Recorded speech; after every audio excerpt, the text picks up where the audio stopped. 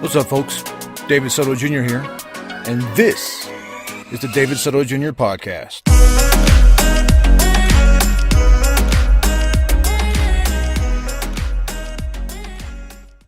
What's up, folks? Welcome to episode 22 of the David Soto Jr. podcast. I am your host, David Soto Jr.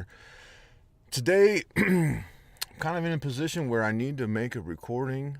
Memorial Day weekend is coming, and I'm going to be abandoning my van, which means I'm abandoning my podcast recording studio. And I do not like not being in my van or having my van with me. I have a lot is silly. I have everything I own in this van. And, ooh, I got sniffles. That's not cool. Excuse me. I have everything I own in this van, and so that's convenient. So for me to travel to the mountains with my buddy for a long weekend and go fishing and all the other things we have planned and not take my van feels kind of weird, because I just realized, like, I got a pair of gloves in here. I need to take these gloves with me, because what if we cut wood? If I drove my van there, I wouldn't have to worry about anything. Like, oh, gloves, they're here. Flashlight, here. Fishing gear, here. I got to pull everything out that I want to take with me. So, I don't know. That's kind of weird. So, I'm recording this in the parking lot of I like this coffee shop. I don't know why. It's kind of very,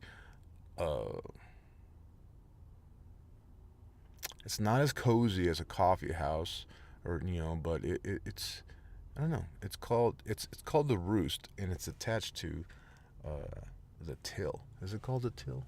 Or just Till? Till is a pretty good, I think, farm-to-table kitchen restaurant, and then the coffee house is next door to it. I don't know. I like it. I like it because my buddy doesn't really live in Colorado Springs. He lives in a town called Peyton, which is outside of Colorado Springs, and there's nothing out there. And they got a Walmart and they got a Safeway, but they don't have any nice coffee shops to go to. The only thing they got is a Starbucks and a Safeway. I'm not doing that. I'm not going there. So I like to drive out here to this one. This place kind of popped up not too long ago, and I don't have to go all the way into Colorado Springs to go to a coffee shop. I can come out here. So this is not too bad. So I'm going through all this to tell you, like, I'm not 100% sure what I want to talk about today. I'm not 100% sure. The idea that comes to me is the importance of an emergency fund. And the reason that I'm thinking that I'm going to talk about the importance of emergency fund, because of what happened to me last week. If you don't know, I'm an author. I write books. I write articles. I have a book coming out really, really, really soon, and I need to submit the manuscript really soon. And I promised people that I would send them, whoever pre-ordered, I would send them the book early, but I'm having a hard time getting it ready. So what happened to me on Saturday is my computer just took a dump, just quit. All right, no problem. I reset it. I tried to restart it. It didn't work. I'm like, all right. I checked what time the Mac Shack was open. It's this place that authorized Mac worker place. Authorized Mac. You know what I'm saying. They don't open until 10, so I had to hang out, drink coffee, mess around my phone, get a pen and paper out and annotate some things, and I go to the Mac Shack when they open, and I say, hey, this is broken. I'm like, oh, let's take a look. They plug in, diagnosis. I'm like, oh, it's your card.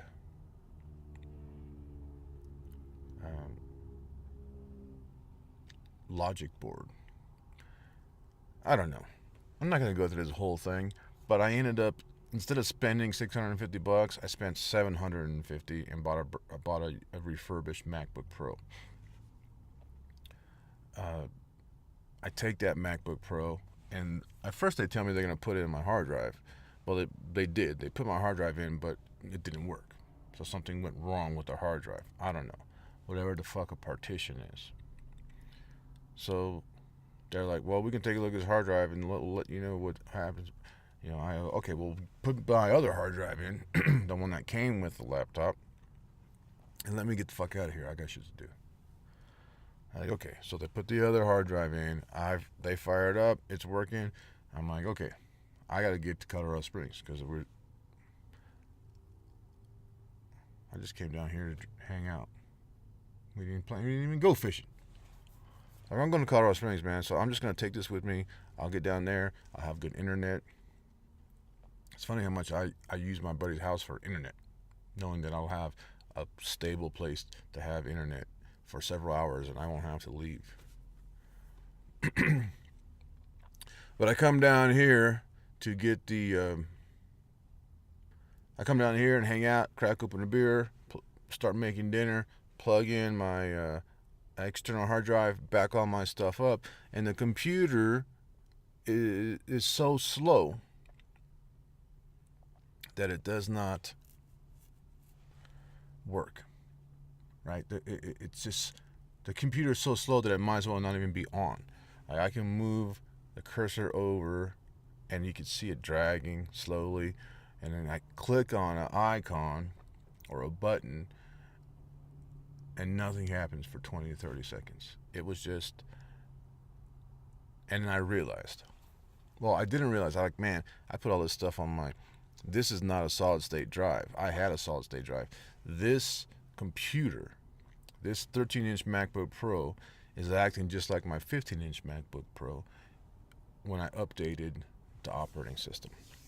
It took so much space, it just slowed the thing down, and that's why I moved to a solid state. I didn't want to have to explain all this. It's kind of silly, kind of boring, right? So I'm like, I need a solid state drive. I need a new computer. This is bullshit. So I'm just like, this is not going to work. I'm going to have to return this. Well, that's in Boulder. I'm in Colorado Springs. Me and my buddy go to the BX, and I buy a MacBook Air. And I buy a MacBook Air, and I bring it back to my buddy's house, and I upload. Man, it's too small. I have too much data, and I cannot migrate all my old stuff onto this MacBook Pro. A MacBook Air. I return the MacBook Air. I go straight back, return it. Long story short, Monday I drive all the way back up to Boulder. I say, this shit ain't working. They're like, we can put your old hard drive in if you give us 20 minutes. Your old hard drive is not bad. Like, they didn't know it was the partition, but they looked at my old hard drive, they put it back in, and I migrated all my stuff over, and I am up and running. Now, two things. One thing is going 3 days, Saturday, Sunday, Monday. Going 3 days without a computer when you're an author is not cool, not fun, and it fucks shit up. Like, deadlines, I gave myself a deadline. I have to upload the final manuscript by June 6th. Not only that, I have to get it ready to print so that I can get the paperback version ready if I want to have it released on the same day. It's a mess. So going 3 days without a computer sucked. The other thing is, the point that I'm trying to make is having the money to buy a computer and not work, and then go buy another one and then not work. At one point, I bought 2 computers, neither of which worked.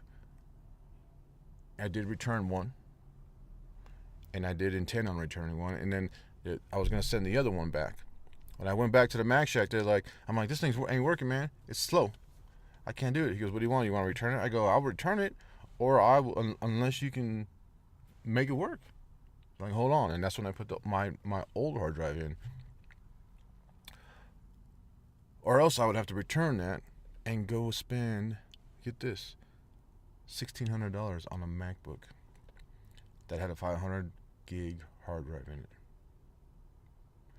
And so I'm telling you all this is like, this is where the emergency fund comes into play, right? I have the money for emergencies.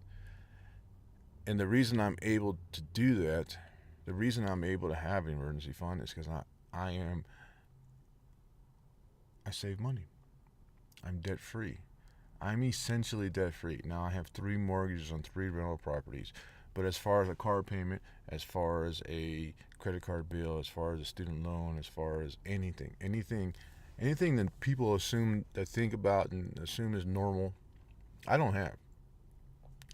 So a few months ago when I was working, I socked away practically half of every paycheck. There's one month where I had 3 pay periods, and I went ahead and spent all of that one extra paycheck that month. Usually there's 2 pay periods. So the 3rd pay period, I went and bought myself some stuff. I don't know what I bought, but I bought some stuff. But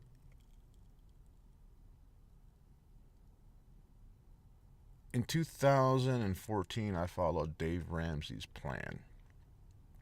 Now, Dave Ramsey and I don't get along now. We used to be Twitter friends. But I wrote an article. And the article I wrote was 3 things Dave Ramsey and I disagree on. And let me see. What were those 3 things? One of them was Dave Ramsey says that we are... what was that term he uses?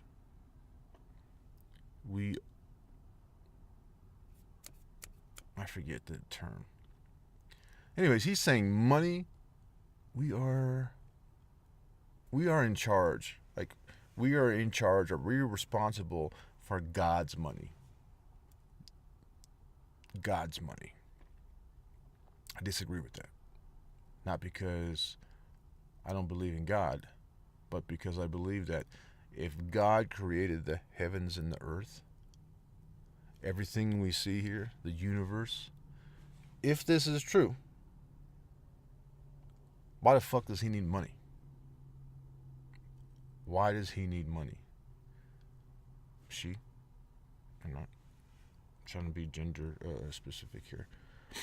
Why does God need money? This is not God's money, fool. That's some bullshit. Doesn't make sense. That's the one thing I disagree with. I don't think it's God. I don't think God needs money. Money is man-made. Man puts value. Not only man. Only humans put value in money. You don't see no dogs, bears, or cats, or anything like that talking about money, trying to make money. The other thing I don't agree with is that tithing to the church. I'm not just pulling things out of my ass, right? I don't agree with, what I don't agree with is that he says tithing is in the Bible. I looked. It's not in the Bible. Tithing was a tax on Jews in the Old Testament, right? There is no account of Christians giving 10% of their income to the church. I think that was adapted. The church adapted that so it kind of would make the money. And what was the third thing? I think they all had to do with... I don't know. There was 3 things. Anyways, so regardless of all this, how I feel that how I disagree with Dave Ramsey, these 3 things I disagree, I still looked up to him. I still saw him as a leader, as a mentor from afar.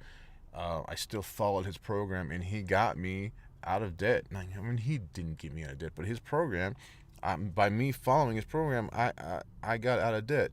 And there's no tricks. It's hard work. It's essentially hard work, but it's a program of hard work that will get you to where you want to go. Now, the past couple of years, I've kind of not been on his program because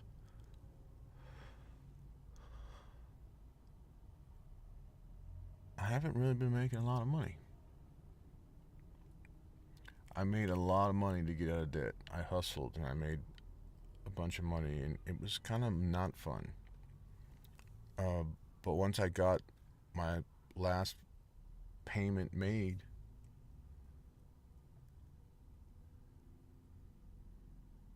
my income has been going down ever since.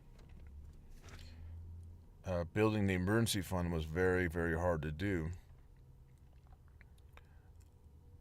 Uh, it took a couple years for me to get there. It took a couple years for me to get a large emergency fund, and but I kind of don't have to worry about things now. I've said before that money is bothered. Not having an income bothers me. Not having income bothers me because I've never not had an income. There's been a couple times in my life, like there was a time in my life after I got. I mean, I've always had like rental properties, or I don't know. There are times I've not had an income.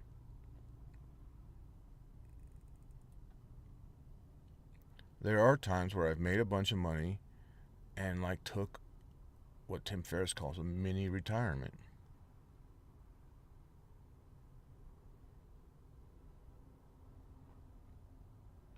Oh man, I'm just working things out, folks. I don't know what the fuck I'm doing. So here's what happened, or here's what's happening. Uh, I'm running out of my emergency fund. My emergency fund is dwindling fast because shit like this happens. I told myself, man, I could live a year, maybe even 2 years off my emergency fund. I don't know if that's true anymore because shit breaks and costs money. Computers break, they cost money. Vans break, they cost money. In fact, the van is going to the shop today. I think I need new shocks. I hope that doesn't cost too much. I do not put shocks. I do not deal with. I do a lot of things myself, but when it comes down to having to compress, I don't know. I don't have tools. I don't have a shop set up. I don't think replacing shocks are that easy of a task. But anyways, so I am in. I got. I guess I got a job offer. It's not full time work, but it may lead to multiple jobs, and it's time to, because I can't let my emergency fund dwindle down to nothing. I have to get an income. I have to make some money here and there. Like if I made $800 and then spent $800 on a computer, it'd be a wash. I'd be okay. Instead, I'm spending $800 and not having anything come in. So I've said before that I'm kind of stressing out about money, um, but it's just I'm not used to not having anything coming in. I have plenty. I have plenty to last me a while, especially if I tighten my belt. I mean, you see this hat I bought? I shouldn't have bought this hat. If somebody doesn't have a job, I shouldn't be buying new hats. But it's dope, right? It's dope. Oh, I'm sorry, I'm on a podcast. I forgot I'm recording a video and a podcast. It's an all black flex fit hat with a subdued black Colorado flag on it. I like it. I like it. Um, so the importance of emergency fund is that you don't have to worry when times get tough, when you lose your job, or when the computer breaks, or when your car breaks down, or when somebody gets put in a hospital, or there's a baby on the way. Or if you have an emergency fund, you do not have to worry about this stuff. And I've said that I stress over. I don't stress about money as much as I stress about not having an income. It's just something I'm not used to doing, even if it was a little bit. Um, it's stressful. It's stressful to not have income. I don't know why, but with an emergency fund, it's just something you don't have to worry about. And you, it takes a while to get that 6 months to a year's worth of cost of living saved up, and you really can't do it until you're debt free. And it's not an easy process. It's not a quick process. If you have, $50,000 in student loans and then 20 in credit cards and cars and stuff like that, it's gonna take you a while. I'll tell you what, it's really, really nice. It's really, really nice to finally have an emergency fund. And I mean, I lost my job in December. That's almost 6 months. Damn, it's almost 6 months. I've been living comfortably, and all because of the emergency fund. So, anyways, folks, I gotta get in this coffee shop. I got a book to publish, folks. I got a book to publish, and I kind of wish I talked about the book, but Moncada is coming. Like, you can pre-order it now. If you pre-order it, I can't promise. Like, I promised people I would send them the book. With any luck, it'll be done today. So maybe I can fulfill that promise. But Moncada is about my character Pierre. It's the next chapter or the next part of the story of his life, and he finds himself in Cuba and gets involved in a July 23rd, 1953 attack of the Moncada barracks in Santiago de Cuba, Oriente, how do you say province in Spanish? Oriente province. I don't know. Santiago de Cuba. It's a super cool story that I really enjoyed writing. I enjoyed researching. It is so historical, right? It is mainly me using historical facts. I throw my character in there. I throw his love interest in there. I tell a pretty good story. I intertwine it pretty good. But a lot of it is history. It's a pretty cool story of how that thing actually happened and how it went down. The people, the characters, they're real. The only people I made up is my character. Essentially him. Oh, my character and the love interest and her family was made up. But all the rest of the characters, all the rest of people that I mentioned are historical figures, and I have not deviated a lot. I basically just retold their story. The book is a little different than before because it's historical fiction. It's not going to be as I don't know, as beautiful, right? Los Chocolates is beautiful. I really think that I did a good job on that movie, despite what I recently thought. No, I think I did it better. I did good. Reading Los Chocolates, I can say like, oh, that's great. I love that. That's great. I love this author's choice of words. The author's me. Moncada, it's more of like straight here. People say show, don't tell. I don't know how good advice that is, but I fucking tell a lot. This is a lot of telling. Straight facts, get to the story, get to the point, and I don't know if I could have improved on that because it's historical fiction, because it's really is, majority of it is history. So Moncada is coming. I got to get in this bookshop. I got to write my foreword. I wrote my afterword already. Some people call it postscript. Is it afterword or is it postscript? I don't know. I got that on there. I got to write my foreword, and then I'm not proofreading my foreword. I'm not sending my foreword to, or my afterword to my proofreader if there's errors in it. Fuck it. I'm tired of everything I send him. I got to pay per word, and he's a busy guy, so he doesn't necessarily have time to. His turnaround isn't necessarily that quick. So I'm gonna write the forward, and the afterword I did yesterday. I'll write the forward now. I'll hopefully get it uploaded, and we will be on our way. David Soto Writes is my website. You can go check it out. When I talk about Los Chocolates de Esperanza Diamante, you can go there and read it for free. I mean, it is an entire book. It's posted up there, one chapter at a time. But It really would help me out if you go buy it because it's $2.99. It's $3. And then the point of buying it is so that when you leave a review, it's a verified review.